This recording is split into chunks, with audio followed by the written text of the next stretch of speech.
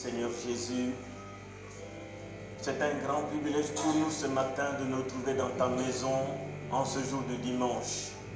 De tout cœur, nous te disons de nous envelopper dans le faisceau de ton amour, de nous garder chacun plus près de toi, nous qui sommes là souvent, comme ceux qui commencent à fréquenter l'église, ainsi que tous les nouveaux.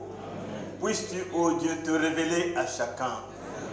Comme dans la prière précédente, Seigneur, je veux te recommander tous les officiants de l'église, tous les enfants de Dieu, tous les membres de l'église qui ont à cœur l'avancement de la cause, ne les oublie pas dans leurs affaires. En même temps, Seigneur, je pense à nos frères à Pointe-Noire, à Oyo, à Ngo, à Ituali, à Nkele, partout, Seigneur, et tous ceux qui apportent l'évangile dans le monde entier, soient leur favorables. Et ce matin, écarte-nous du chemin, Seigneur, parce que sans toi, nous ne pouvons rien faire. Tu es le seul qui fasse marcher les choses ici et le seul sur qui nous comptons. Notre Père Céleste, ne nous laisse pas seul, viens nous tenir compagnie et élève notre foi vers toi. S'il y a des malades, s'il y a des gens avec des problèmes, des tractations de toutes sortes, nous savons que dans ta parole, il y a tout ce dont nous avons besoin. Puisses-tu seulement nous rendre attentifs afin de recevoir chaque mot et les bénédictions qui sont dedans. Nous te disons merci, bénis les ministres, bénis tous ceux qui travaillent pour l'avancement de la cause sur le champ des missions, alors que le temps touche à sa fin. Il y en a qui ont cette faim, cette soif, qui vont dans des villages ici et là pour apporter le message. Parce que dans leur cœur, nous brûlons de voir la dernière âme entrer. Ainsi, nous nous recommandons à toi. Sois la solution à nos problèmes. Que les jeunes gens, les jeunes filles, les petits-enfants, que chaque personne soit attentive, Seigneur. Puisse l'ange de Dieu, cette colonne de feu qui peut se faire voir aux uns et pas aux autres, que cette colonne de feu se fasse voir à tes enfants et que toute la gloire te revienne. Alléluia. Au nom de Jésus-Christ. Amen. Amen. Ok, que Dieu vous bénisse tous. Veuillez vous asseoir un petit moment.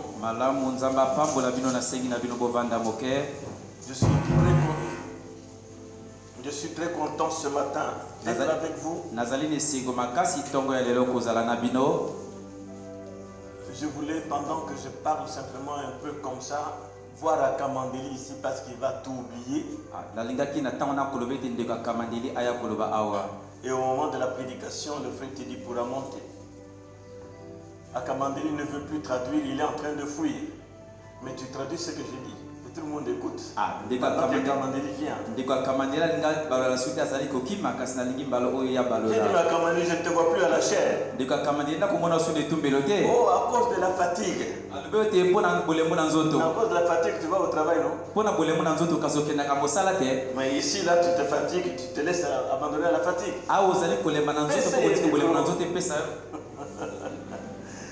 Que notre Dieu soit béni. Je suis très content d'être avec vous tous ce matin. Et je crois que Dieu a fortifié chacun d'entre vous et j'ai pris qu'il vous fortifie.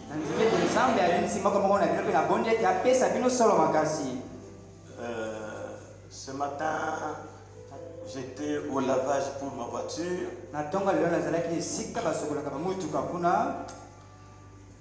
Depuis hier soir, je n'avais pas vraiment bien d'appétit. Le soir là, maman a fait quelque chose comme ça, j'ai essayé de bricoler. Elle m'a même presque forcé à manger. Alors ce matin, je me disais, mais je vais prendre quoi en petit déjeuner? J'étais au lavage pour la voiture. J'avais d'inquiétude, est-ce que je vais manger pour avoir un peu la force de me tenir devant les gens?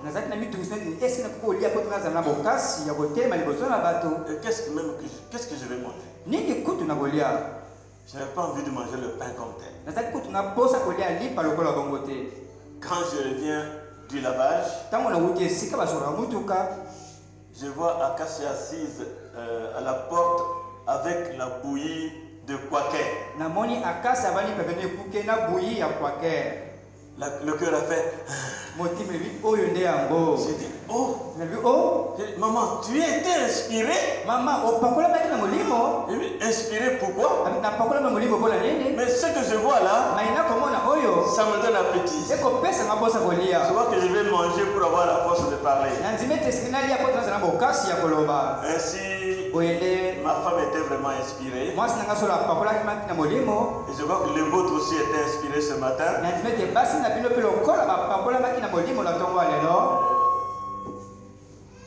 Ça m'a aidé un peu à me sentir fort. Que Dieu l'a béni pour cette petite surprise qui m'a mis en forme.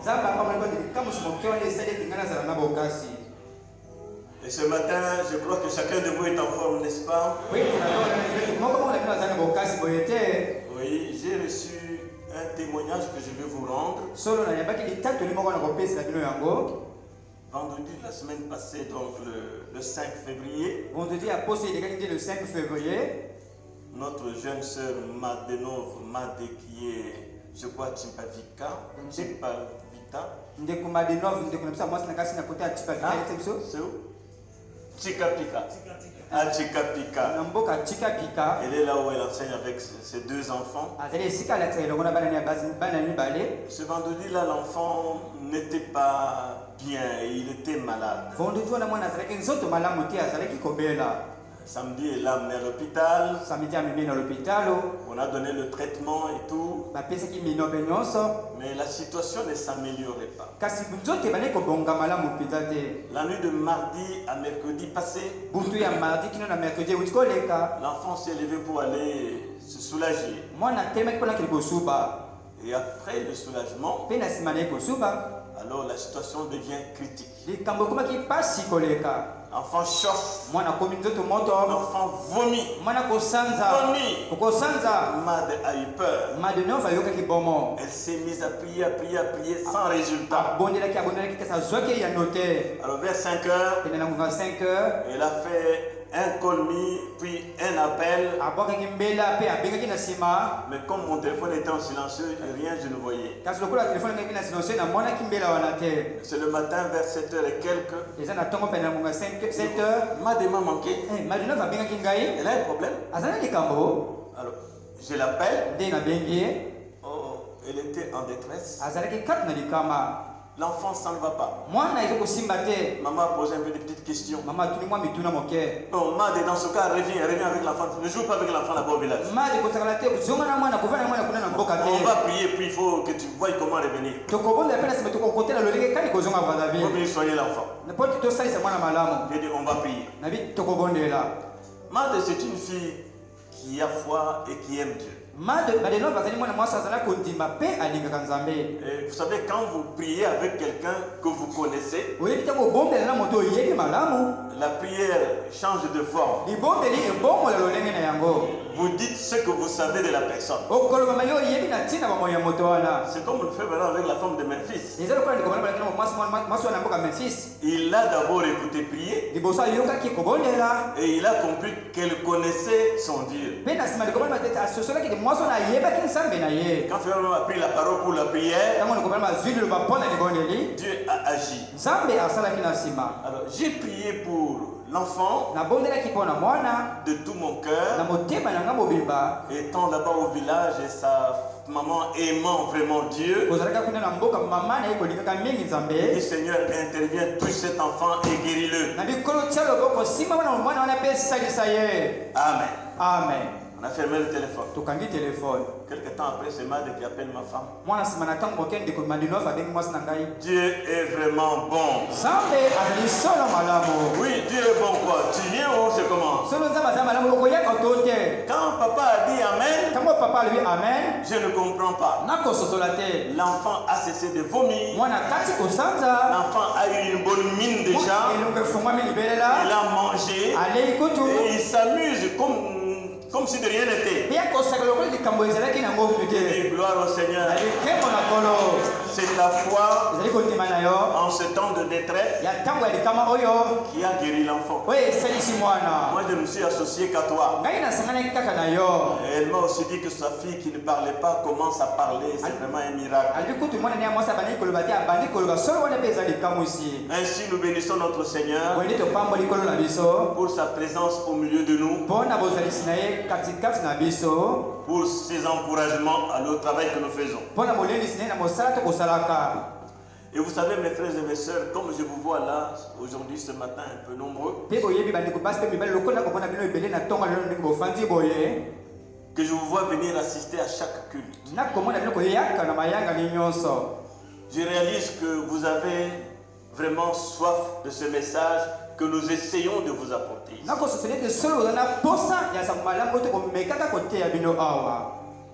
De tout notre cœur, nous essayons de faire de notre mieux pour que vous soyez connectés aux messagers de cet âge.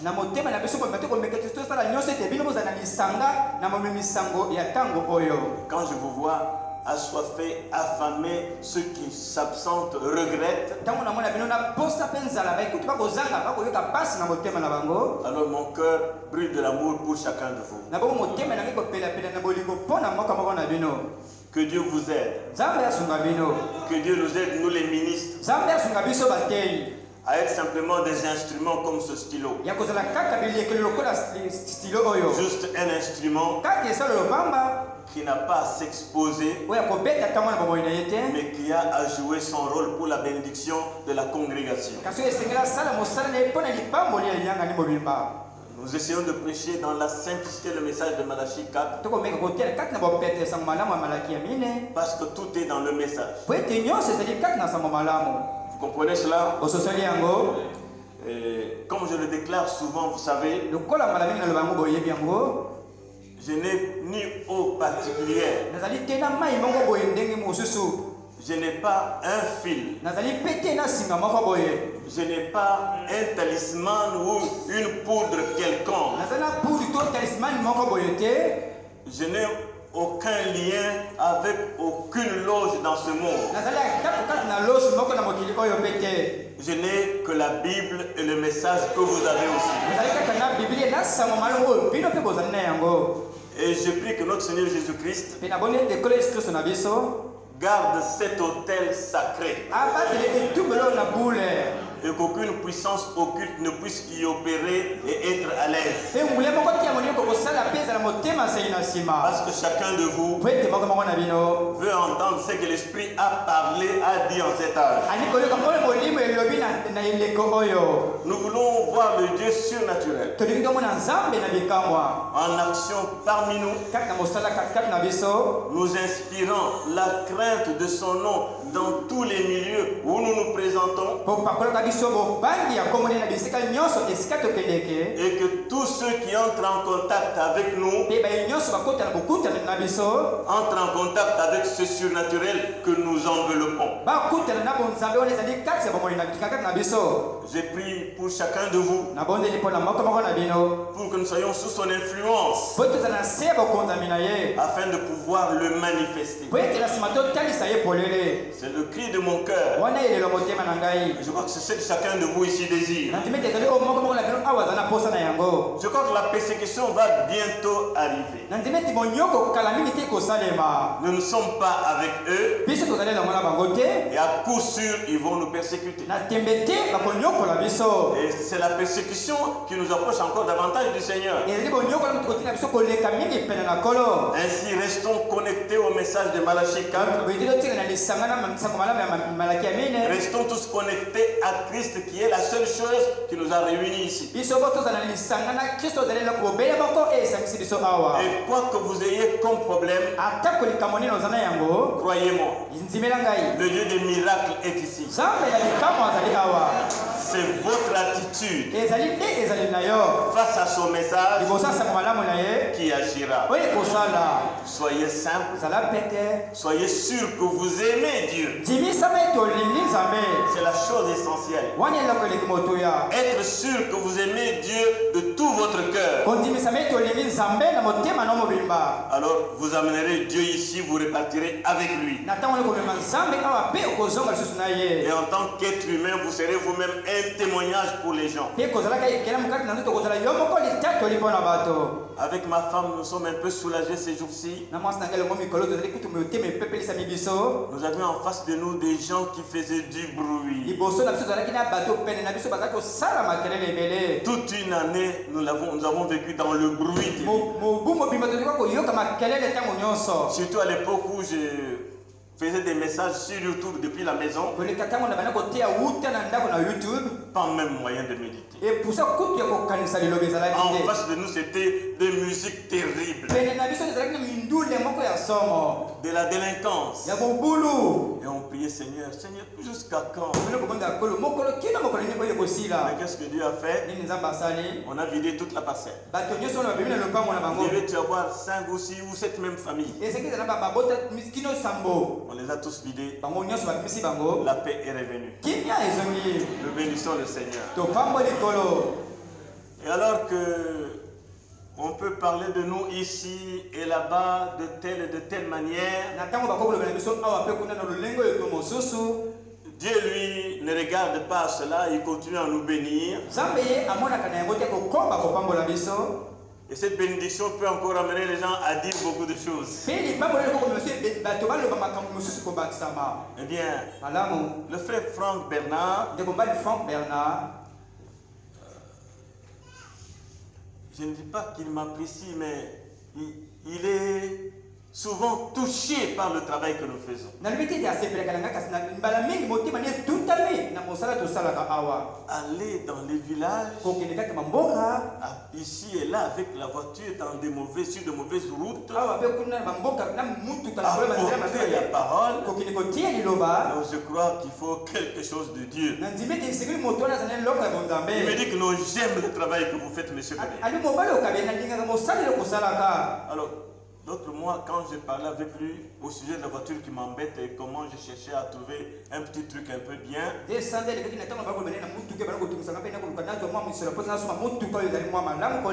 vous ai dit comment il m'a surpris. Il m'a envoyé un lien avec une voiture auprès de laquelle je ne peux même pas m'approcher ni demander le prix.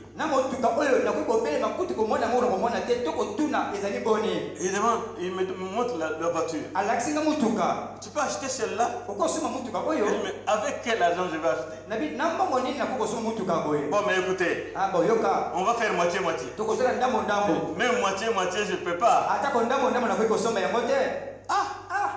Il dit, écoutez, c'est mon affaire. Ce que tu fais pour Dieu, c'est beaucoup. Moi, Dieu m'a béni. Je vais aussi faire ma part. Je t'envoie la voiture. Occupe-toi de la douane. Je vous ai annoncé cela. La semaine passée, il m'a dit que la voiture, j'ai eu du retard à l'envoyer. Mais elle arrive avant fin mars. Tout est déjà fait, les papiers me viendront par DHL, les papiers de la voiture. Vous savez, quand je vois la marque de la voiture, mais qu'est-ce que les gens ne vont pas dire? Mais si nous nous occupons de ce que les gens vont dire, nous allons rejeter ce que Dieu veut faire de nous. Ainsi, je crois que la voiture est déjà en route. Et je m'attends à entendre beaucoup de choses. Mais que Dieu soit loué pour ce qu'il fait. Qu'il nous garde simplement et qu'il nous fasse avancer lui-même. Mercredi passé, le frère Mopenza nous a prêché un message puissant, une exhortation très puissante. Nous montrons que nous devons persévérer dans les choses que nous avons apprises ici. Ces choses-là sont d'une importance capitale. Nous n'avons pas à les négliger.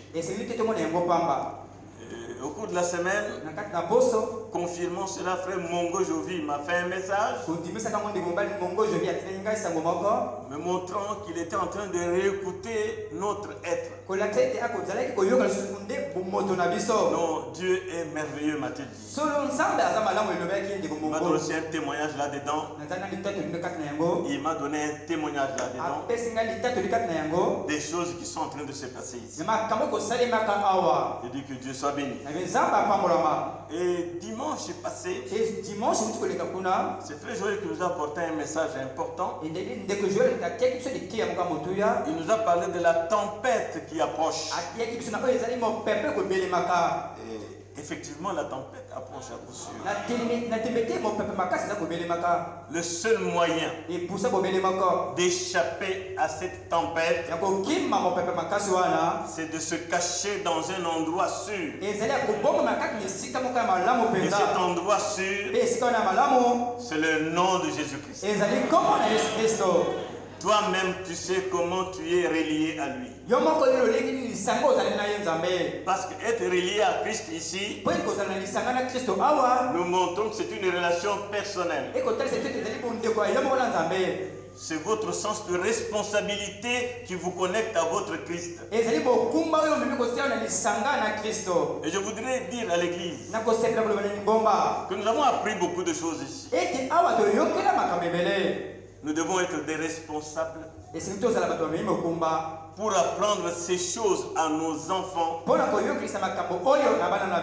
qu'ils s'imprègnent de ces choses depuis leur jeune âge. Mais si nous sommes négligents, nous ne pourrons pas nous aider nous-mêmes et encore moins aider nos enfants. Nous devons avoir tous des yeux ouverts pour notre propre avancement, notre propre progrès et pour la prospérité de nos enfants. Le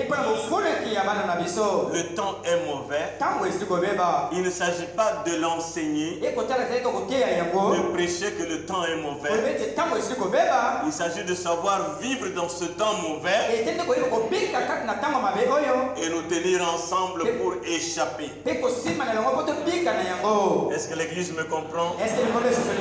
Nous voulons la responsabilité. Et comme Joël l'a dit tout à l'heure ici,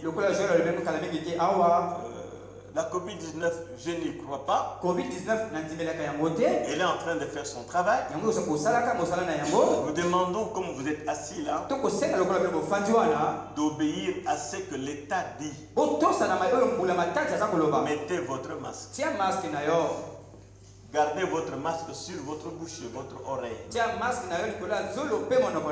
Oui, gardez votre masque. Respectez cela. Nous ne voulons pas de contagion ici. Gardez votre masque, s'il vous plaît.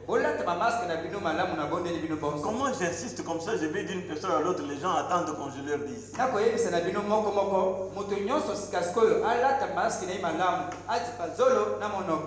Ok. Maintenant, veuillez vous lever. Nous allons passer à la parole de Dieu.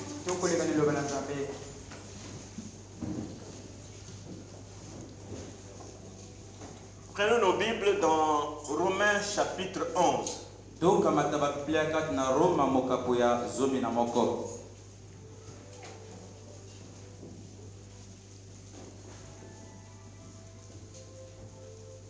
Avant de lire la parole, un petit mot de prière. Cher Seigneur, c'est toi l'auteur de cette parole. Viens nous en donner le contexte et bénis chacun d'entre nous ainsi que tous les offices au nom de Jésus-Christ. Amen. Amen. Romains chapitre 11 depuis le verset 25.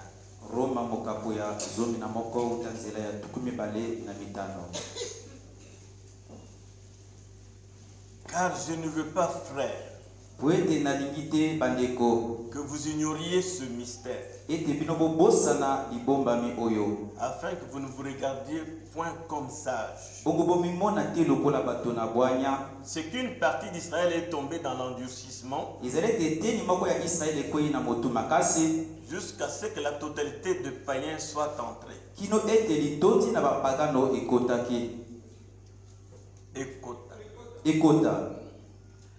Et ainsi tout Israël sera sauvé. selon qu'il est écrit, le libérateur viendra de Sion. Et il détournera de Jacob les impiétés. Et ce sera mon alliance avec eux lorsque j'ôterai leurs péchés. En ce qui concerne l'évangile, ils sont ennemis à cause de vous. Mais en ce qui concerne l'élection, ils sont aimés à cause de leur père.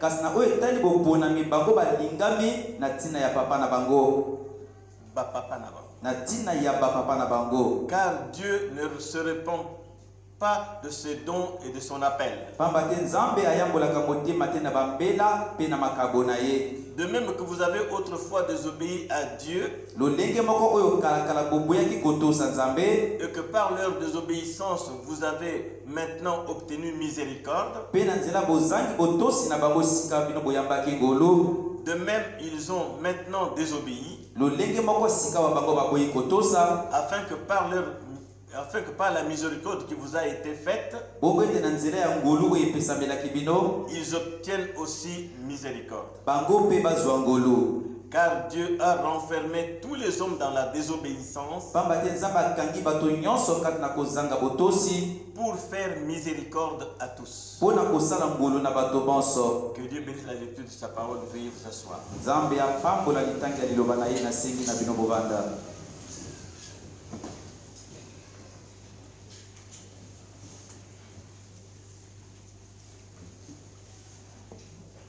Oui, après tous ces titres qui nous ont été apportés, que j'ai annoncé notamment mercredi avec la persévérance,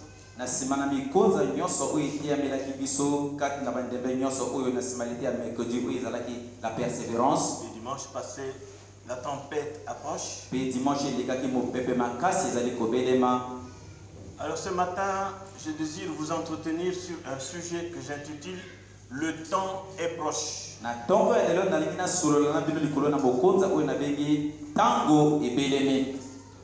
Ce sera un court enseignement, mais soyez attentifs pour le saisir et bouger quand c'est nécessaire. Je crois que le temps est proche,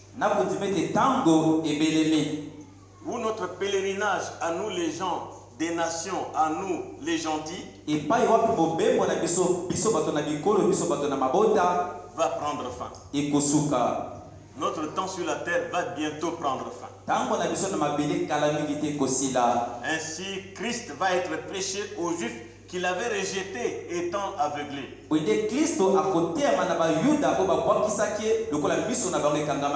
Ils étaient aveuglés par leur propre Dieu, afin que vous et moi nous accédions à l'évangile. Ainsi, le mystère de l'aveuglement d'Israël, c'est la miséricorde qui a été faite aux nations pour accéder au royaume de Dieu. Par le Seigneur Jésus-Christ. Le peuple élu de Dieu, la sémence naturelle d'Abraham, était donc aveuglé pour un temps déterminé. Toi aussi, tu as été aveuglé pour un temps déterminé. Et ce matin, Dieu t'a amené ici. Ne manque pas de bien ouvrir les yeux. Parce qu'après cet évangile que nous prêchons, c'est fini avec les nations. Et tout montre que tout est presque fini. Pourquoi? Le 7e ange, le messager du dernier âge de l'église Laodicée, est venu et a délivré son message aux nations. Un message qui met fin au temps des nations. Nous savons tous que les 7 mystères de 7 eaux ont été révélés. L'agneau de Dieu qui était le seul digne digne de prendre le livre et d'en briser les sceaux. Tout au long des âges, ces choses étaient ignorées. Les savants, les théologiens n'ont pas pu exploiter ces choses. Mais Dieu a envoyé un homme qui n'avait rien dans les études. Et par lui, l'agneau de Dieu qui était le seul digne a pris le livre, en a brisé les sceaux, et par la voix de cette tonnerre a révélé le mystère entier de Dieu. Et il a démasqué même le séducteur. C'est pourquoi, quand vous connaissez ce message, et que vous le connaissez par révélation, ne recevez pas un message de seconde main. Nous avons un message auquel chaque enfant de Dieu peut accéder. Quelqu'un ne doit pas vous lire le message. Vous devez vous-même lire le message. Quelqu'un qui ne va pas vous dire comment prier, à quelle heure prier. Prière, c'est une manière de parler avec votre Créateur. N'attendez pas d'être dirigé à parler avec votre maître. Ainsi, dans cet âge, le séducteur et toutes ses tactiques ont été dévoilées. C'est pourquoi les élus ne seront jamais séduits. Et toutes les vérités scripturaires qui étaient mal comprises au cours des âges de l'Église, ces vérités ont été entièrement élucidées. À cause de cela, je crois de tout mon cœur avec ce que nous vivons que le dernier élu de l'église des gentils est déjà à la porte. Il est sûrement à la porte et l'enlèvement est imminent. Ainsi, croyez-moi, nous sommes dans un temps de jonction. Quand l'épouse monte,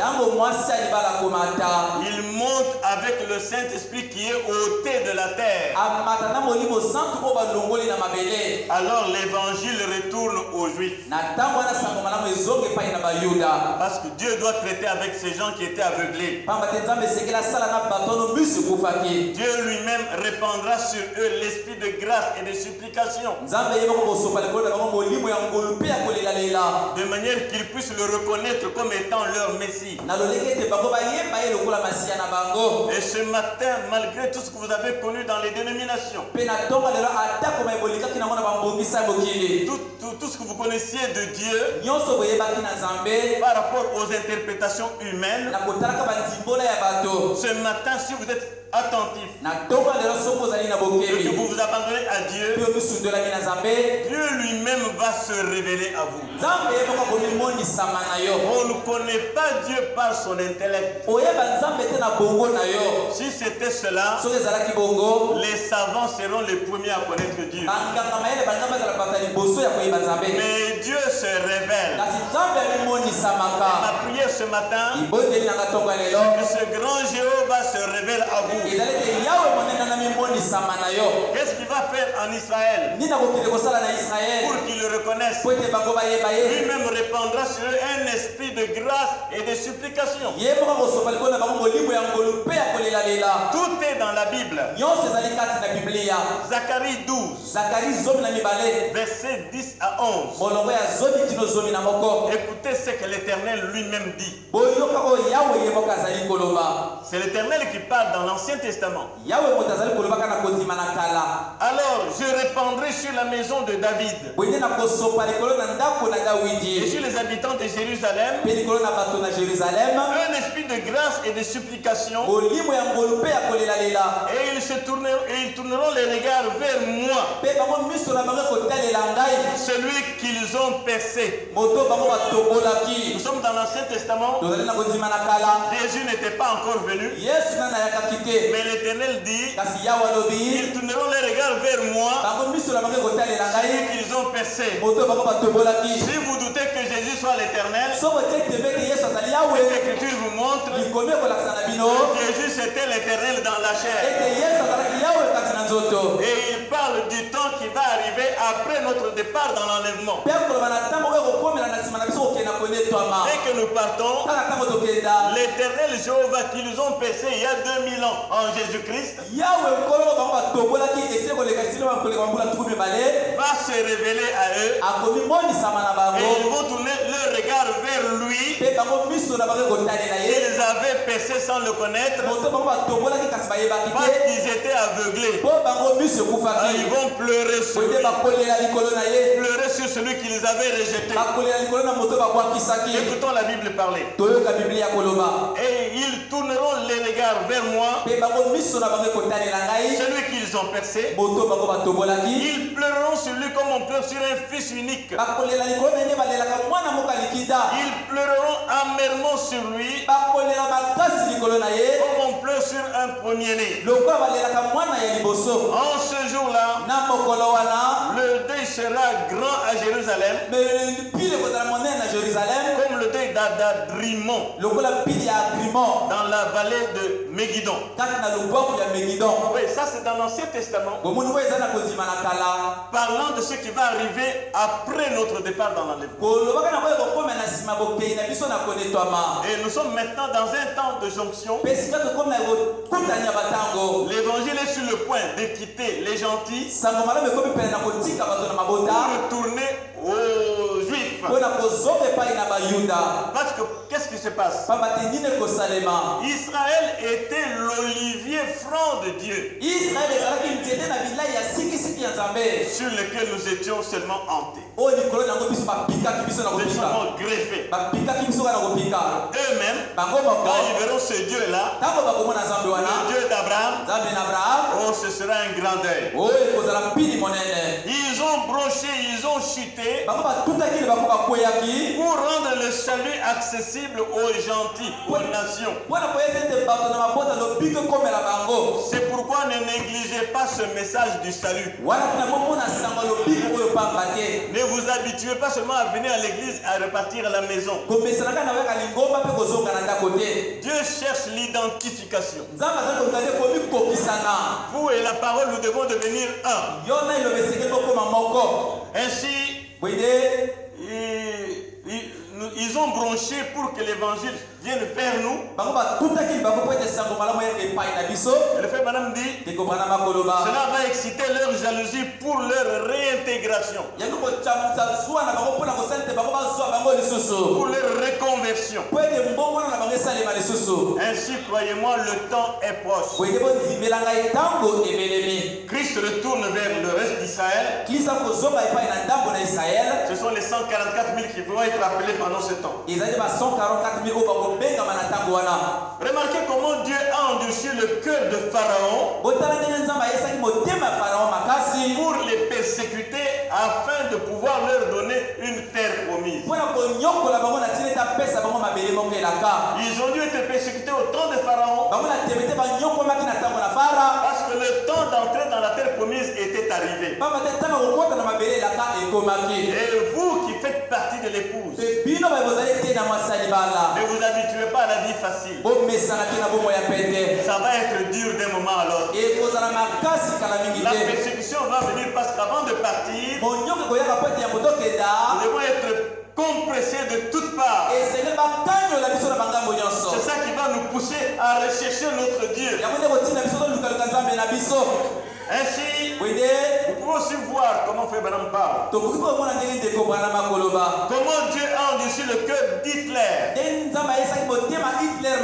a endurci le cœur de Staline. Il a endurci le cœur de Mussolini pour persécuter les Juifs et les chasser de toutes parts. On les prenait nombreux. On les alignait nus.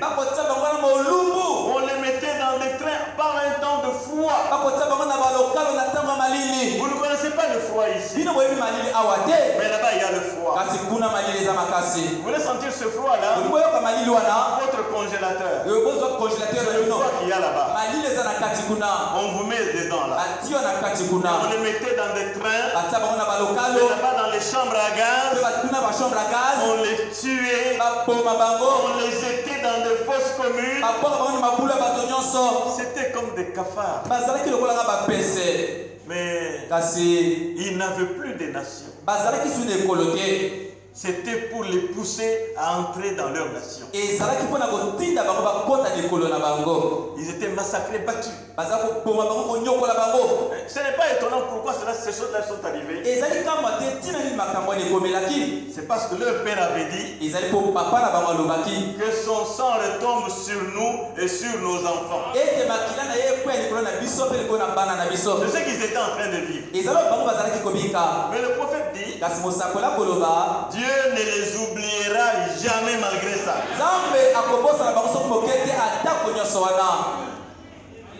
Laissez-moi te dire aussi, Dieu ne t'oubliera jamais.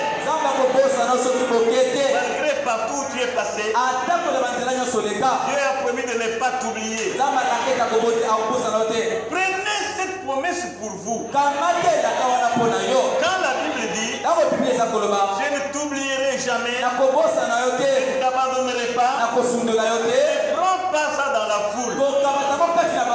C'est à toi que l'Éternel parle. Et si c'est à toi qu'il parle, quand tu arrives dans un temps de détresse, quand tu es au pied du mur quelque part, m'élève les yeux vers le haut. Dis-lui, rappelle-lui, tu m'as dit, que tu ne m'oublieras pas, et tu ne m'abandonneras pas. Si tu le lui rappelles avec foi, aussitôt il va te donner le courage. Tu vas affronter. Tu vas affronter sans crainte, parce que lui est de ton côté. Il y a des versets dans la Bible que nous devons nous approprier. Si Dieu est pour nous, qui sera contre nous? Oui. Peu importe. Regardez à Babylone. Daniel, Shadrach, Meshach, Abednego. Ils savaient en qui ils avaient cru. Ils savaient que si l'Éternel était pour eux, ils ne pouvaient craindre personne. Ils ne pouvaient pas suivre les indications, les obligations de quelqu'un. Si vous ne faites pas ceci, quel Dieu vous délivrera? Mon Dieu va me délivrer. Et quand bien même il ne le ferait pas, moi je ne t'obéirai pas.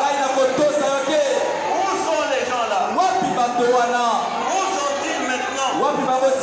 Les gens qui prennent position devant n'importe quel homme de ce monde. Quand je ne suis pas d'accord, je vous dis que je ne suis pas d'accord. Ma foi ne me fait pas marcher dans n'importe quoi. Si Dieu est pour nous, qui sera contre nous? David pouvait dire, si une armée se campait contre moi, mon cœur n'aurait aucune crainte. Nous ne sommes pas des gens qu'on embarque et qui allons sans savoir où nous allons. Je dois savoir où je vais. Amen. Ainsi, mes chers amis, nous voyons ceci. Dieu a dit qu'il n'oubliera jamais Israël. C'est pourquoi il y a encore un temps réservé aux Juifs pour traiter avec le Dieu de leur père. Maintenant, il les a comme abandonnés pour traiter avec vous et moi. Mais nous devons savoir qu'il y a un temps réservé aux Juifs pour traiter avec le Dieu de leur père. Ils auront la prédication de l'évangile et la réconciliation avec Christ. Et avant que cela aille chez eux, toi mon frère, ma soeur, toi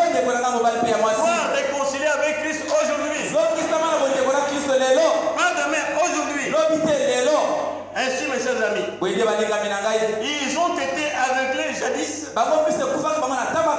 pour que les gentils aient l'occasion d'entrer dans le royaume de Dieu. Et nous sommes à la fin de notre temps, soyons prêts.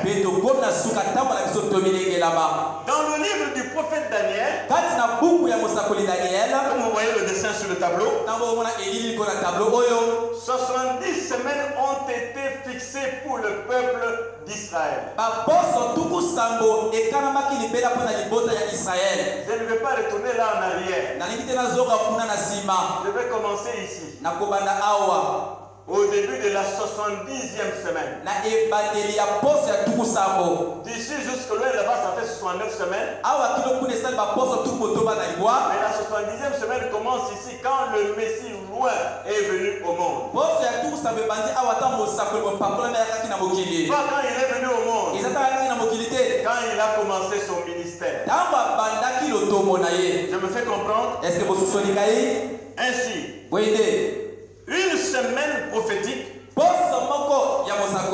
équivaut à 7 ans. Une semaine prophétique équivaut à 7 ans. Au début de la 70e semaine, le Messie entre en scène. Le Messie commence son ministère chez les siens. Il commence son ministère chez les siens. Et au milieu de cette semaine, la 70e commence ici. Au milieu de cette semaine, il y a 70 semaines. La 69e s'arrête ici. Et ici commence la 70e semaine. Une seule semaine qui leur reste. Au milieu de cette semaine, ce qui fait 3 ans et demi, le Messie vient, travaille et il est retranché pour être un sacrifice pour le peuple, afin de mettre fin au sacrifice perpétuel qu'il faisait chaque année, je ne sais pas, chaque semaine, je ne sais pas combien, chaque mois. Quand le Messie vient, il est ici le sacrifice suprême, le sacrifice parfait qui met fin à tous les autres sacrifices. Alors il est retiré, donc il met fin au sacrifice perpétuel. Cette période du ministère de Jésus correspond à 3 ans et demi où il a prêché chez les siens et les siens ne l'ont pas reçu.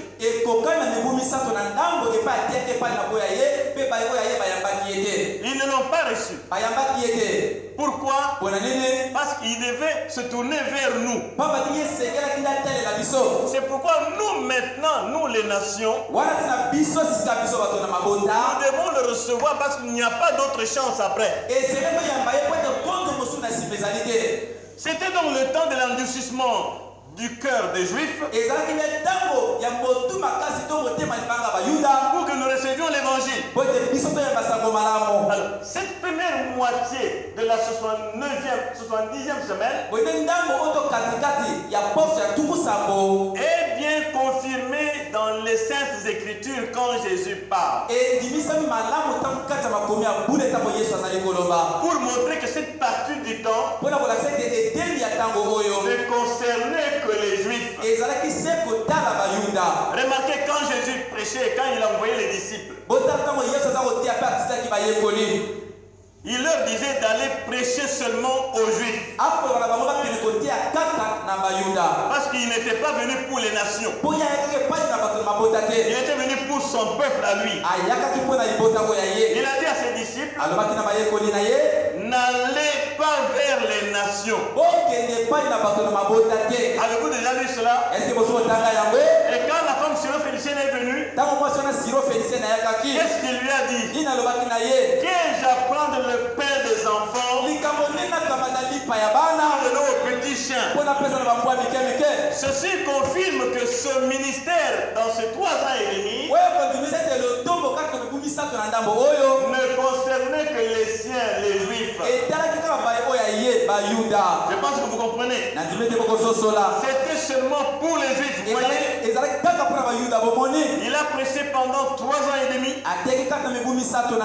C'est-à-dire la moitié de la 70e semaine de Daniel. Nous comprenons donc, mes frères et sœurs, que ce 70 semaines avaient été promises aux Juifs. Au milieu de la 70e semaine, le prince, le Messie, devait être retranché et être offert en sacrifice pour le peuple. Lui, l'agneau de Dieu, il devait prophétiser pendant 3 ans et demi. Mais pendant ce temps, son peuple avait été aveuglé pour ne pas le reconnaître. Mais il était bien leur Messie. Il leur a dit qu'ils étaient clairement. Il leur a dit qu'il était celui qui avait envoyé Abraham. Il leur a dit qu'avant qu'Abraham soit, moi je suis. Il a démontré tout cela. Il leur a dit, vous sondez les Écritures. Parce que vous pensez avoir en elle la vie éternelle. Mais toutes ces Écritures-là ne parlent que de moi. Et vous ne voulez pas venir à moi pour recevoir la vie que vous cherchez. Frères et sœurs, ne cherchez pas la vie dans les églises. La vie n'est pas dans les églises. La vie est dans la parole. La vie n'est pas seulement dans les hommes de Dieu. Parce que le message que nous avons reçu n'est pas l'apanage des hommes de Dieu pour qu'ils se l'approprient. Vous le suiviez dans tout ce qu'ils vous disent. Ou même lisez le message pour avoir la confirmation de ce qu'ils vous disent. Il est notre Dieu à tous. L'église, vous comprenez? Ainsi, après ces 3 ans et demi, il reste encore 3 ans et demi au peuple de Daniel pour recevoir la bonne nouvelle de Jésus-Christ qu'ils avaient rejeté jadis. Après ces 3 ans et demi, il leur reste encore 3 ans et demi pour compléter les 70 semaines de Daniel.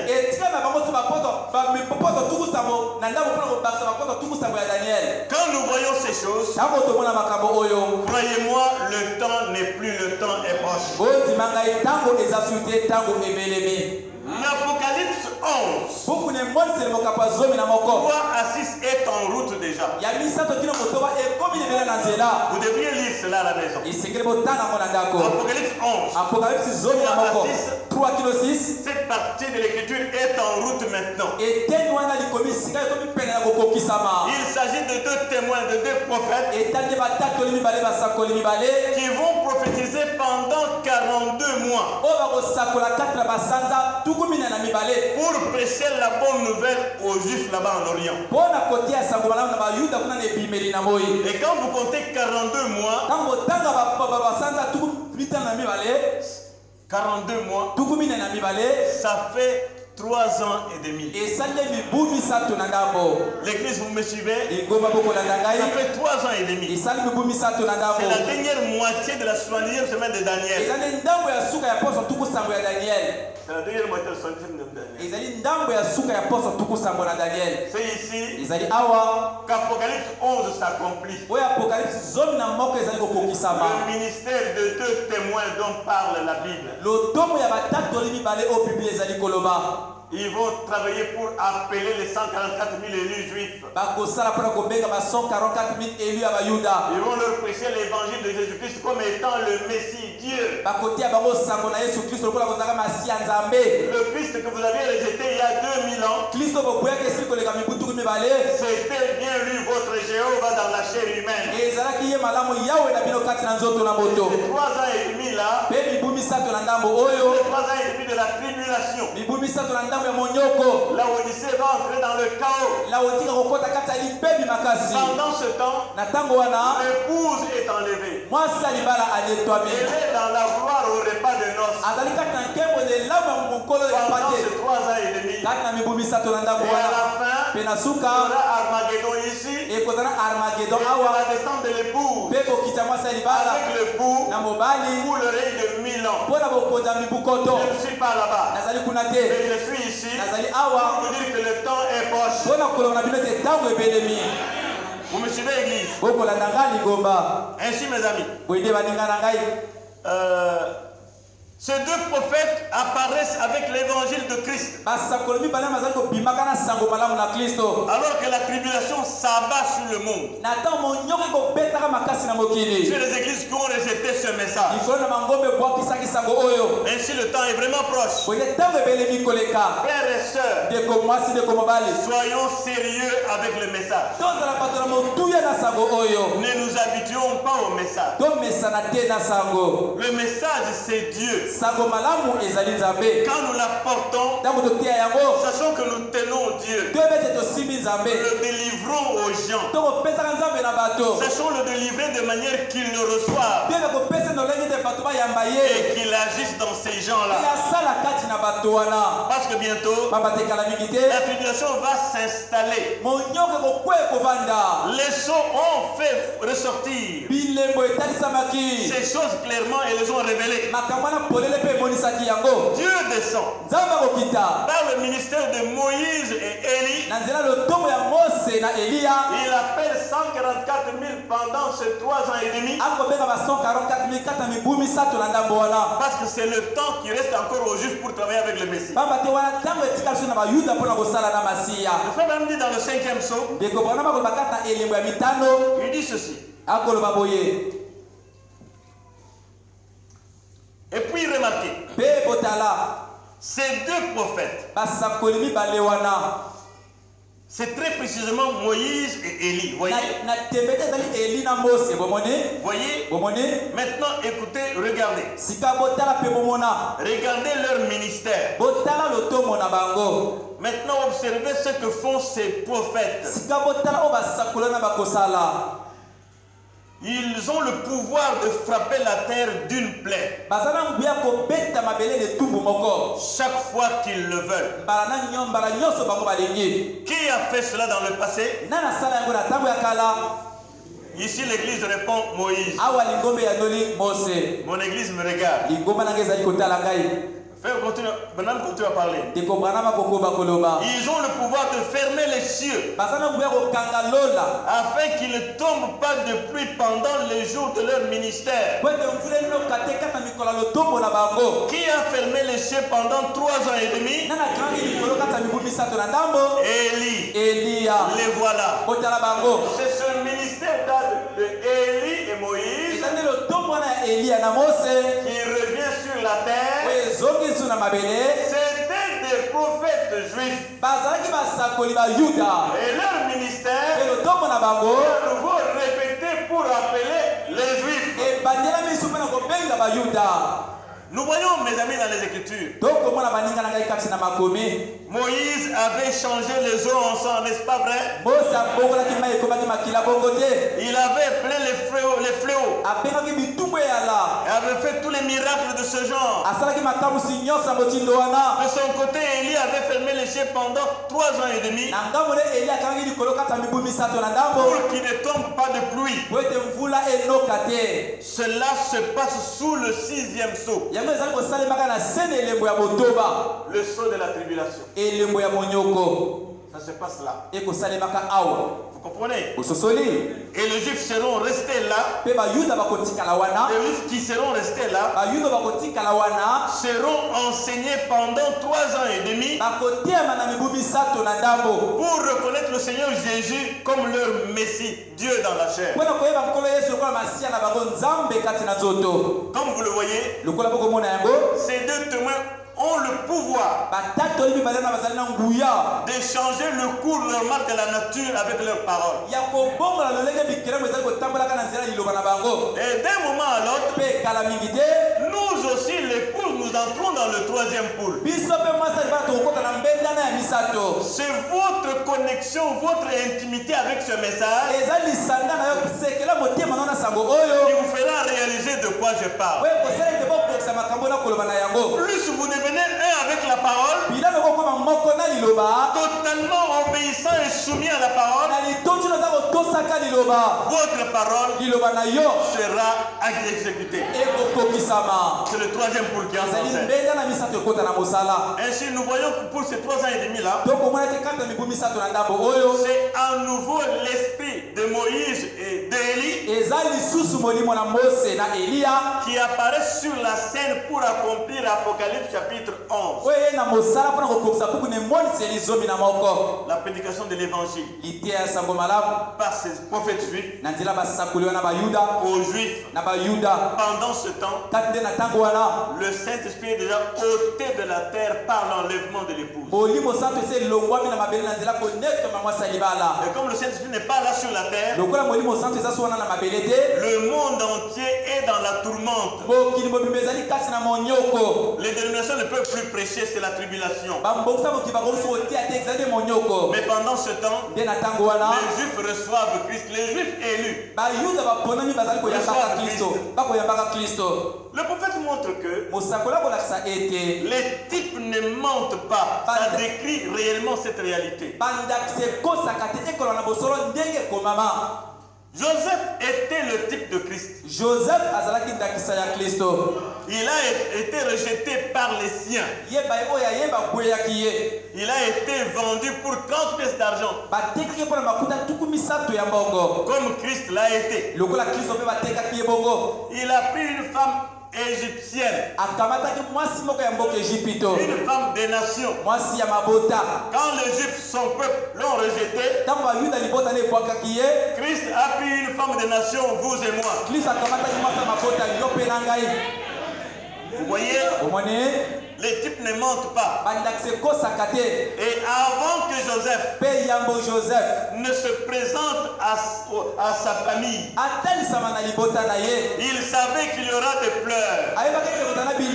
Sa famille allait pleurer de reconnaître que c'est celui que nous avons vendu. Lui-même allait pleurer d'émotion. Il a dit, je ne veux pas que madame et ses enfants voient ma famille en pleurs en train de nous embrasser. Montez au palais. Montez tous au palais. Laissez-moi avec ses esclaves. Mais c'était sa famille. Montez au palais. Laissez-moi me faire connaître à ses hommes. Et quand il s'est révélé, c'était des pleurs. Ils avaient peur, pensant qu'un tel homme qui est déjà un seigneur, il va nous tuer. Ne pleurez pas. Ne soyez pas aigris d'avoir fait ça. C'était la volonté de Dieu pour que je vous précède et vous prépare la place. Et il est allé préparer la place. Bientôt, il revient. Fini nos souffrances. Qu'est-ce que Joseph a fait? Il a pris sa famille à un endroit très bien en Égypte. Et ils étaient à l'aise. Il y avait des tribulations en Égypte et ils ne connaissaient rien. Bientôt, la tribulation va frapper la terre. Et ils seront dans la gloire. Amen. C'est pourquoi, mes frères et sœurs, le temps est proche et prêtez-moi bien attention. Je vais dire certaines choses. Pas de moi. Je vous dis toujours ce que le frère Branham a dit. Je voulais vous le dire dans mes mots. Ne nous versons pas dans les calculs. Le temps est proche. Les prophéties s'accomplissent. Ne nous versons pas dans les calculs et les spéculations. Ne nous mettons pas à spéculer que ceci ou cela n'est pas encore accompli, donc il y a encore du temps. Même s'il y a 10 ans, même si c'est une semaine qui reste, moi je ne sais pas. C'est une chose que bientôt Jésus vient nous chercher. Quand je ne sais pas, tout est en train de se mettre en place. Tenons-nous en alerte maximale. Car en réalité, le temps n'est plus. Tout est en ligne pour la venue du Seigneur. Et tout ce qui reste pourrait arriver dans l'espace de quelques heures. Oui. Tout ce que nous attendons comme prophétie, comme événement tel, qui doit s'accomplir, dont le prophète a parlé, nous n'avons pas du temps à donner à l'accomplissement de cela. Ça peut s'accomplir en 1 heure.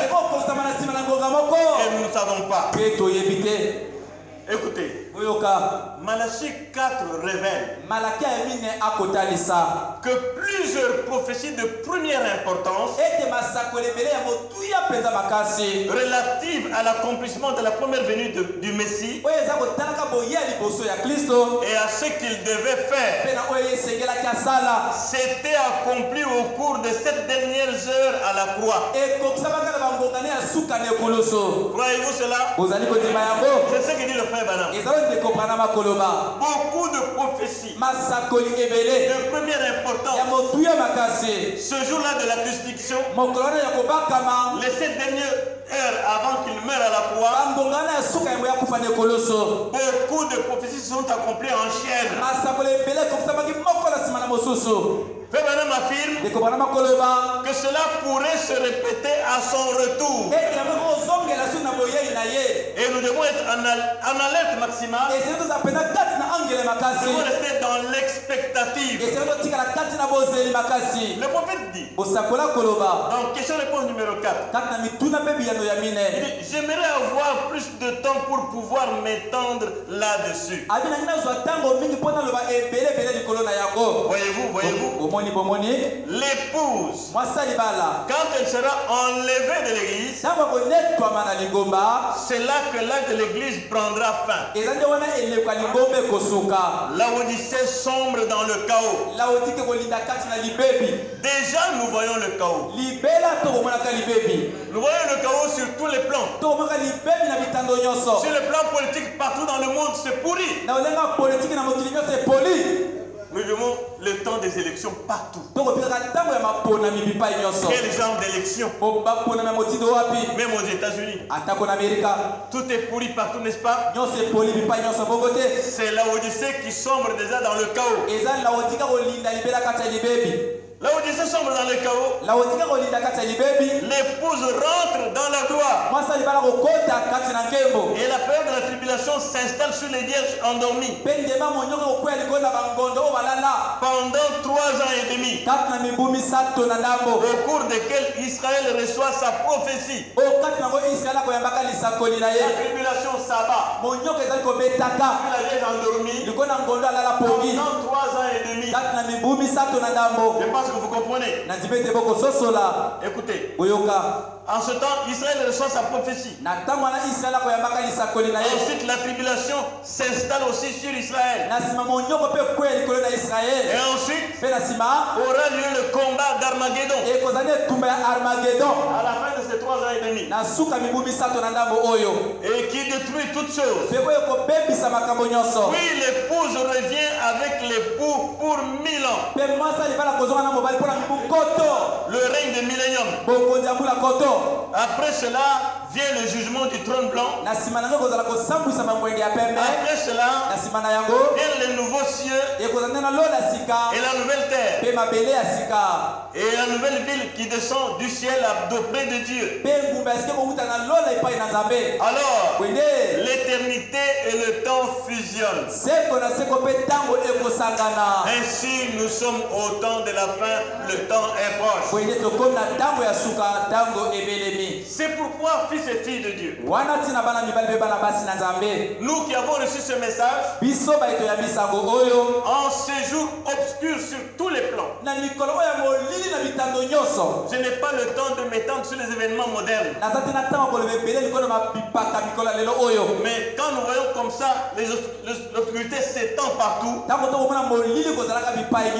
c'est le temps pour nous de veiller à la parole prophétique. Comme une lampe qui brille dans un lieu obscur. Nous vivons donc les derniers instants, les derniers moments de l'histoire de l'humanité. Et nous en parlons très simplement. Mais pour les élus, ces paroles ont un grand impact dans leur cœur. Revenons un peu en arrière. Je vous ai parlé de cette vision d'importance primordiales qui ont été montés au frère Branham. Allez lire partout où il est parlé de ces visions. Le frère Branham dit que ces choses vont arriver avant le retour de Christ. Lisez ça très bien. Quand vous pensez qu'il est déjà venu, c'est bien. Nous devons respecter ceux qui croient qu'il est déjà venu. Mais écoutons seulement ce que le prophète dit. Notre Seigneur a montré à William Branham cette vision de première importance concernant les événements qui devaient se dérouler avant le retour de Christ. Croyez-vous cela? C'est cet événement qui va se dérouler. Vous allez me dire, qu'en est-il de la dernière vision qui parle de la destruction de l'Amérique? Nos frères aussi sont là-bas. Vont-ils être détruits dans la vision? Je ne sais pas. Mais je crois que l'épouse s'en ira avant cette destruction. Est-ce que vous comprenez? Je ne sais pas. Écoutez-moi comment je parle. Je n'affirme rien. Vous comprenez? Est-ce que c'est ça qui va mettre fin à notre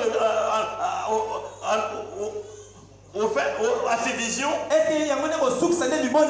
Est-ce que ça arrive au moment où nous partons? Moi je ne sais pas. Et dans ma lecture, cette vision de première importance ont été montrées au prophète. L'avant-dernière vision. Avant d'arriver à l'avant-dernière vision, ces visions ont été montrées en 1933 en juin. Quand il a parlé d'Hitler, comment il allait finir, comment il allait entraîner le monde dans la guerre, les gens pensaient qu'il s'amusait. Frère Branham dit, il a parlé de Mussolini, il allait envahir l'Éthiopie. Les gens s'étaient même fâchés. Qu'est-ce qu'il est en train de raconter? 2 ans après, c'est arrivé. Il a parlé des gens avant qu'ils soient au pouvoir. Il a parlé d'Hitler avant qu'il soit au pouvoir. Et il a pris le pouvoir. Il a fait ce que la vision a dit.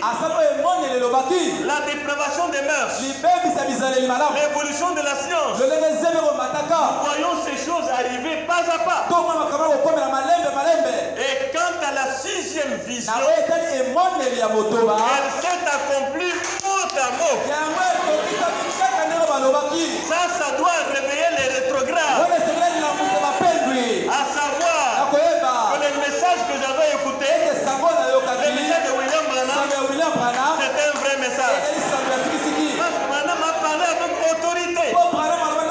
Jusqu'à dire que si ça ne s'accomplit pas, je suis un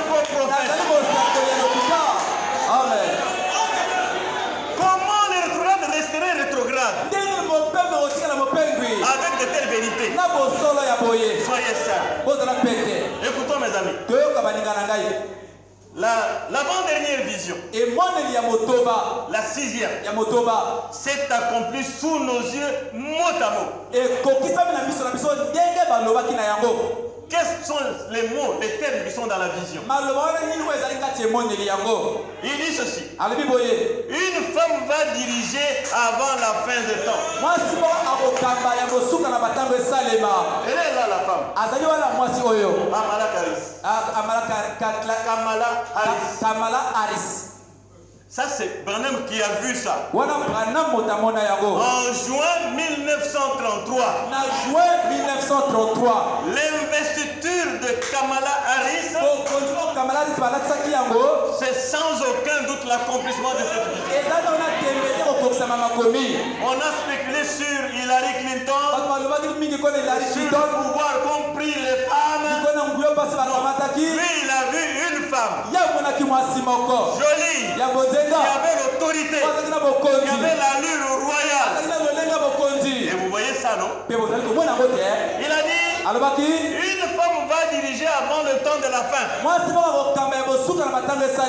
Sommes-nous au temps de la fin? La femme est déjà là. Elle sera soit présidente, soit vice-présidente. Kamala Harris a été investie vice-présidente. Mais n'oubliez pas, le président est déjà très âgé. Je ne sais pas, même s'il finissait son mandat, est-ce qu'il va briquer le deuxième? Il va faire passer Kamala. C'est pourquoi faites attention à la vision. Faites attention à la parole prophétique. Qu'elle vous rapproche davantage de votre Dieu. Que vous entriez dans le message pour le lire, le méditer. Il dit, il y en aura une avant le temps de la fin. Ainsi dit le Seigneur. Si ce n'est pas le cas, je suis un faux prophète. J'ai vu une grande femme se lever, ravissante, vêtue de façon très royale, avec du violet.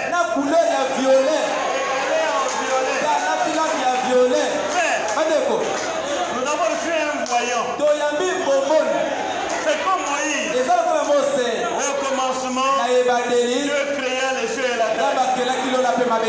Et il commence à décrire la création. Il n'a jamais changé ça. Quand Jésus est venu, il n'a pas changé le récit de Moïse. Moïse, vous voyez, c'est la vérité. Quand Branham est venu, il a dépassé le commencement. Il dit avant le commencement, Dieu était un grand esprit éternel. Il voyait ça.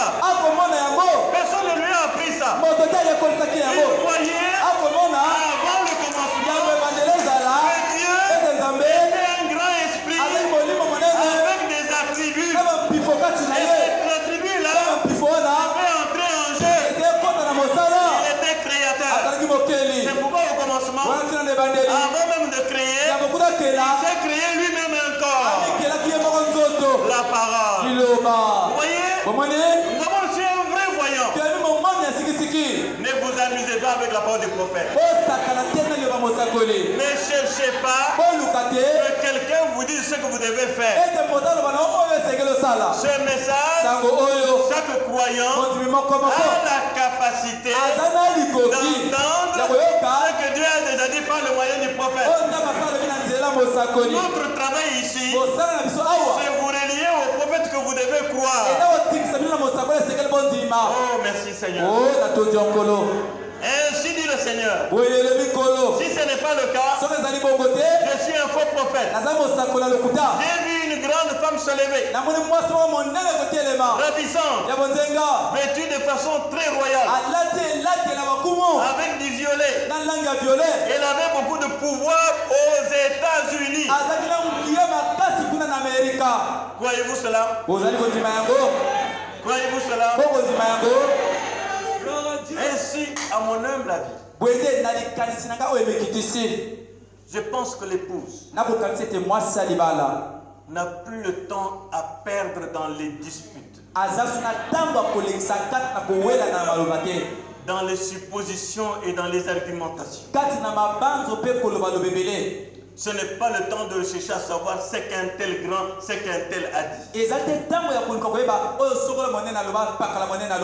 Il n'y a pas un ministère qui conduise l'épouse en dehors du ministère de William Branham. Je voudrais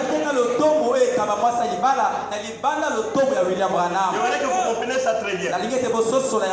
C'est ma façon de comprendre ce message. Il n'y a pas un ministère chargé de conduire l'épouse en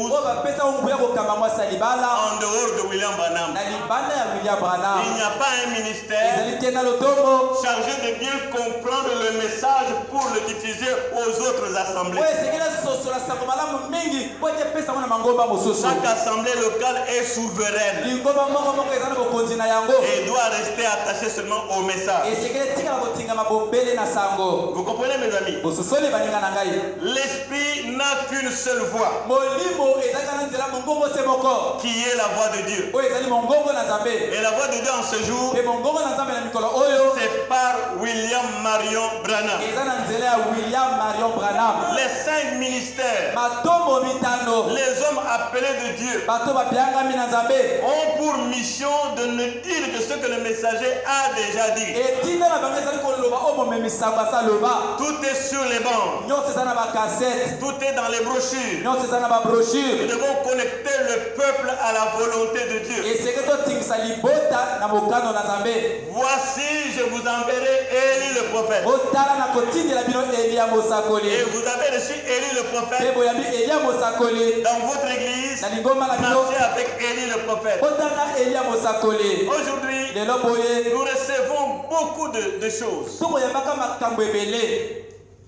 Il y a beaucoup de centaines, de milliers de ministres qui m'envoient les citations que je dois lire chaque jour. Le messager a enseigné quoi? À tous les croyants. Lisez la Bible chaque jour. Méditez la parole chaque jour. Ce n'est pas à moi à vous donner les versets bibliques que vous devez lire chaque jour. Moi-même j'ai besoin de lire chaque jour. Que Dieu me parle pour ce qui me concerne. Mais ce n'est pas à moi de vous dire aujourd'hui lisez tel verset. Demain lisez tel verset. Il n'y a pas un ministère comme ça dans le message. Sinon Branham aurait dit Dieu enverra un autre messager qui vous donnera les versets et les citations à lire chaque jour. Le message nous recommande seulement de lire le message chaque jour et de lire la Bible chaque jour. Un chrétien lit la Bible et le message chaque jour. Pas sur l'ordre de quelqu'un. Est-ce que vous comprenez? Tout ce dont l'épouse a besoin se trouve dans le message de l'heure. Ainsi, je crois que le temps est proche. L'enlèvement peut se produire à tout instant. Je recevais même d'un dénominationnel qui m'envoyait à chaque 5 heures du matin un verset avec des commentaires. Il m'envoyait ça chaque jour. À 4 heures, il se lève. Il envoie à tous ses contacts. Nous n'avons pas un ministère comme ça dans le message. Nous devons méditer le message et lire la Bible chaque jour. Et Dieu nous parle sur ce qui nous concerne. Amen. Sinon, je chercherai à prendre le message de Frère Branham qu'il a prêché dans une date comme celle-ci. Et nous écouterons seulement cela. Ainsi, mes amis, de même que lors de la première venue, le jour même de la crucifixion, de nombreuses prophéties se sont accomplies en chaîne. Jésus, la parole faite chair, vivait et citait la parole sous forme de lettres comme étant pleinement identifié à lui-même. Le jour de la crucifixion, les dernières heures de Jésus, chair sur la terre, tout ce qu'il vivait et tout ce qu'il prononçait, c'était déjà écrit dans les Écritures comme prophétie, et c'était en train de s'accomplir les 7 dernières heures de la crucifixion. C'est le frère Branham qui parle de ça. Il dit ces événements que nous attendons et que nous projetons nous dans le futur pourraient se dérouler en un jour comme au temps de la crucifixion. Maintenant, écoutez attentivement. Écoutons Jésus vivant et citant en vivant et citant en chaîne les Écritures qui le concernaient devant les Juifs qui les chantaient dans les chansons sans comprendre que ça ne parlait que de lui. Il va vivre cela et citer cela devant les gens ignorants. C'est pourquoi restons dans l'expectative. Prenez Psaume chapitre 41, verset 9. Celui-là même qui était en paix avec moi, celui-là même avec qui j'étais en paix, qui avait ma confiance et qui mangeait mon pain, lève le talon contre moi. C'est de Judas qui parle, non? C'est Psaume qui parle de ça. Ça s'est accompli en ce jour-là. Psaume 35, verset 11. Des faux témoins se lèvent. Ils m'interrogent sur ce que j'ignore. Vous voyez ce jour-là, non? Les faux témoins ont été produits qui l'interrogeaient sur les choses qu'ils ne connaissaient pas. C'était des paroles prophétiques qui s'accomplissaient. Psaume 22, 18. Il se partage mes vêtements. Il tire au sort ma tunique. Quand David en parlait dans les chants, on ne comprenait pas. Mais ce jour-là, la parole était accomplie. Psaume 22, verset 7. Tous ceux qui me voient se moquent de moi. Ils ouvrent la bouche et secouent la tête. Recommande-toi à l'Éternel. L'Éternel le sauvera. Il le délivrera puisqu'il aime. Mais il a dit qu'il était le Fils de Dieu. Mais il est là, il secouait la tête. Mais si c'est lui le Fils de Dieu, il en a sauvé beaucoup. Qu'il se sauve lui-même. Les gens se moquaient de lui. C'était la parole prophétique devenant chair. Psaume 22, verset 1. Mon Dieu, pourquoi m'as-tu abandonné? Il a crié cela à la croix.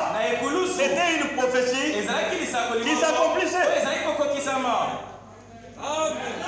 C'est pourquoi n'attendons pas que tel et tel événement ne soit pas encore accompli.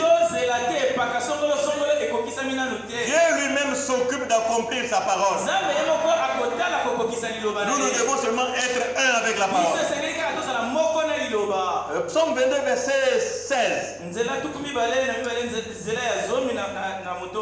Car c'est des chiens m'environnent. Car des chiens m'environnent. Une bande de scélérats rôde autour de moi.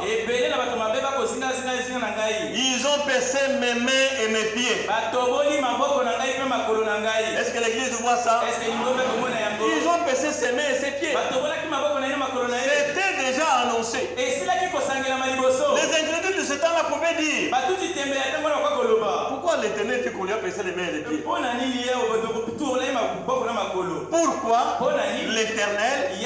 dit qu'on lui a percé les mains et les pieds?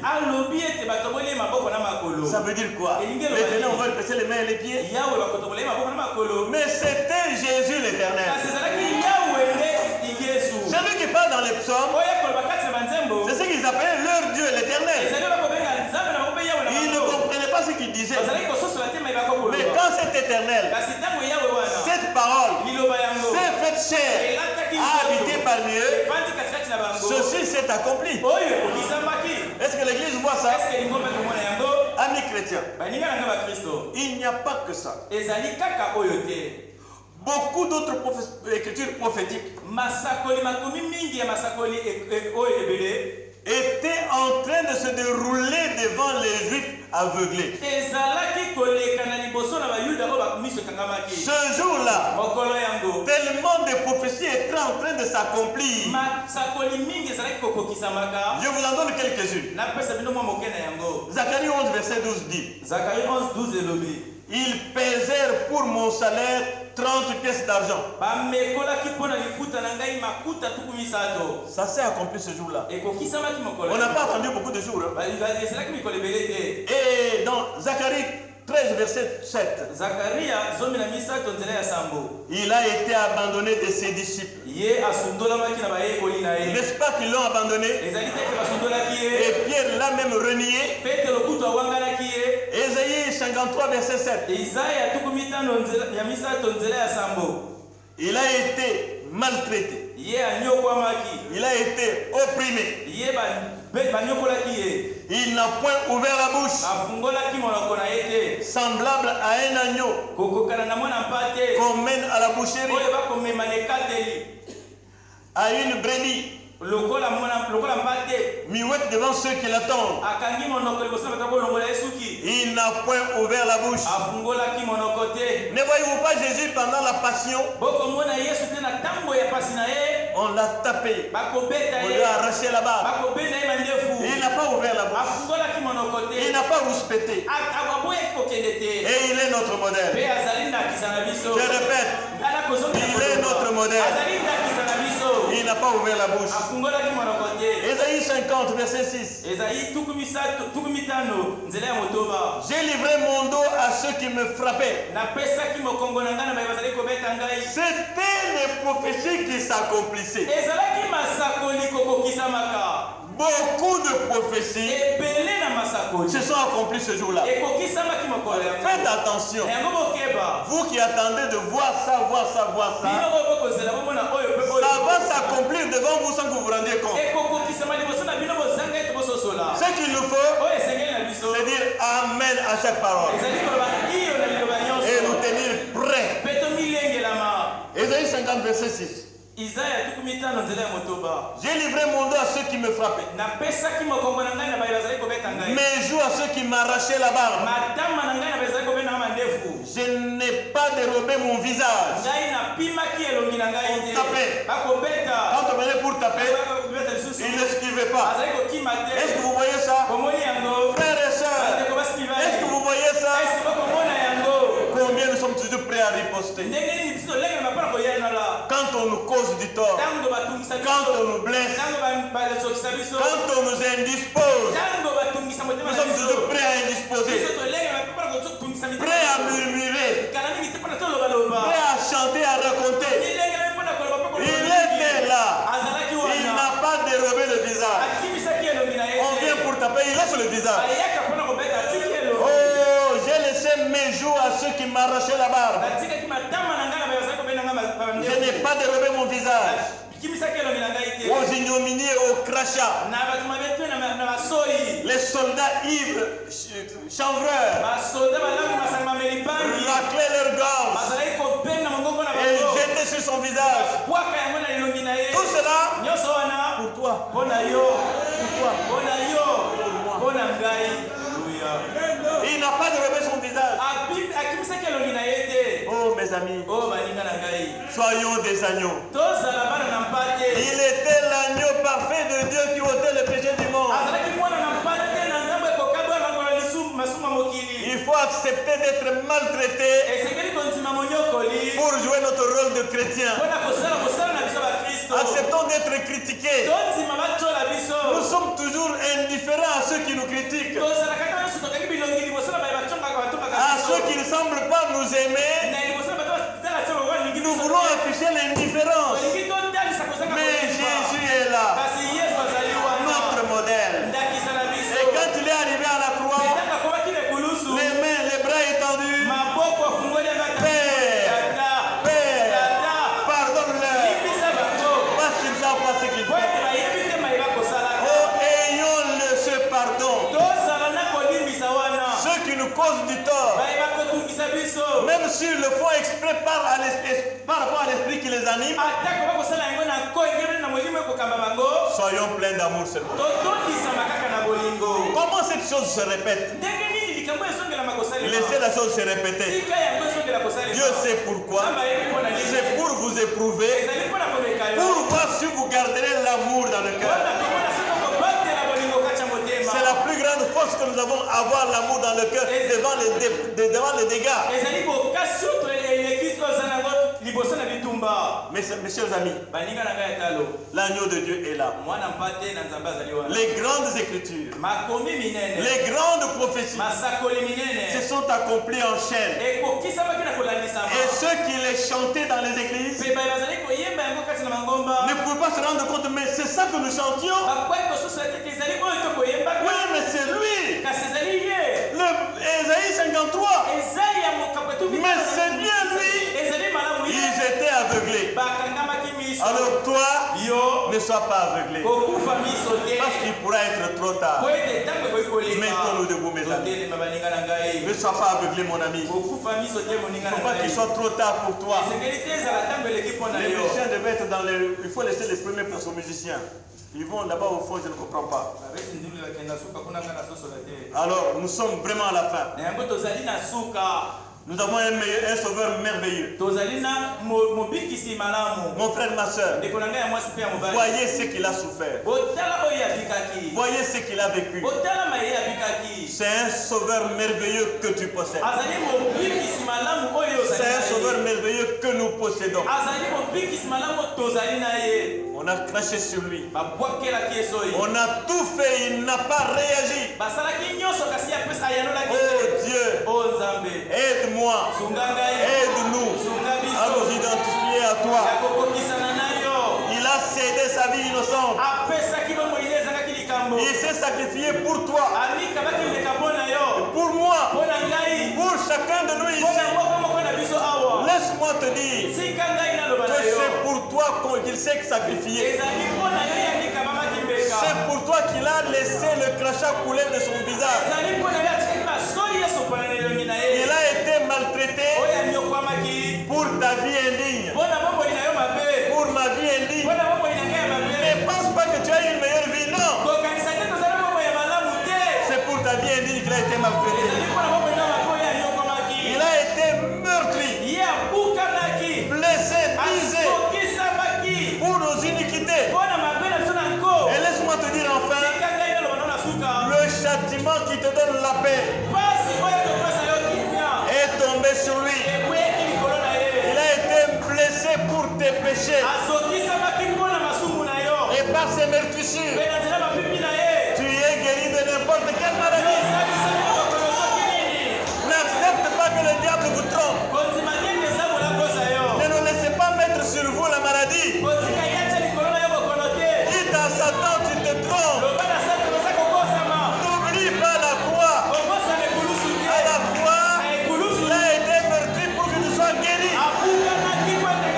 Alors mon frère, ma soeur, accepte ta guérison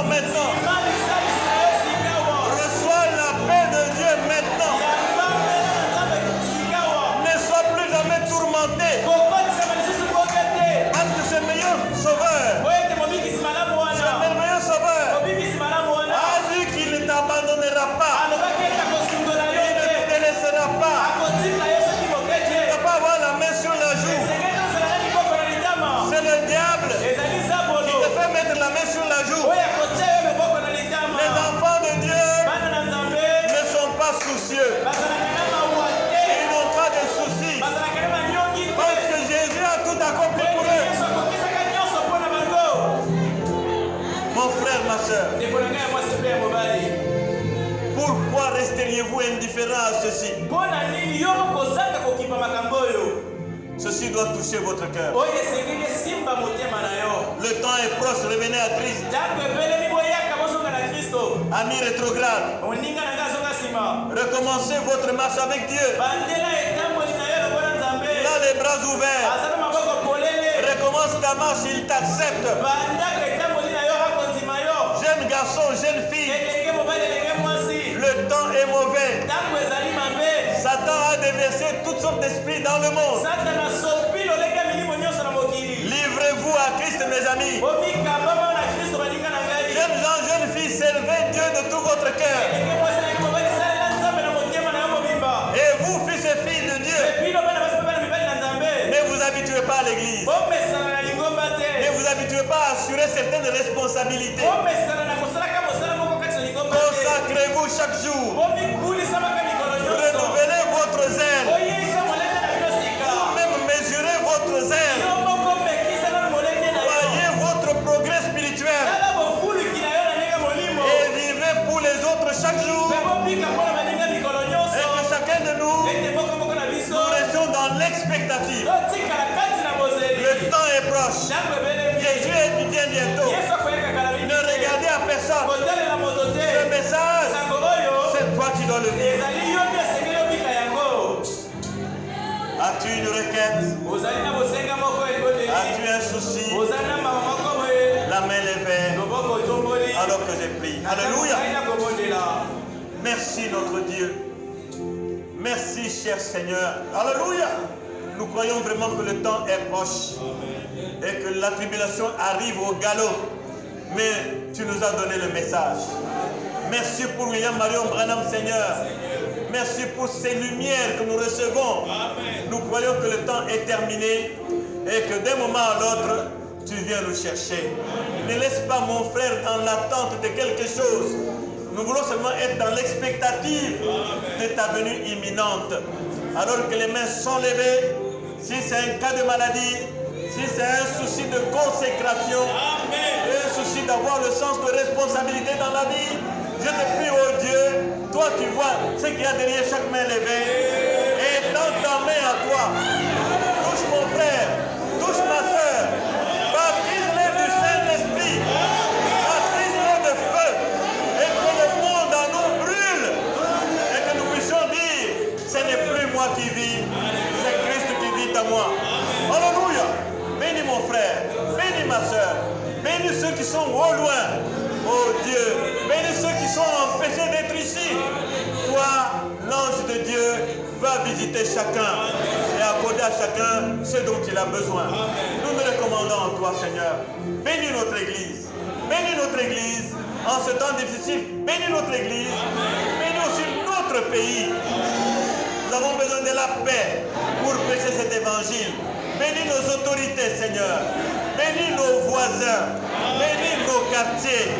Bénis nos familles. Alléluia. Nous te bénissons, nous t'élevons.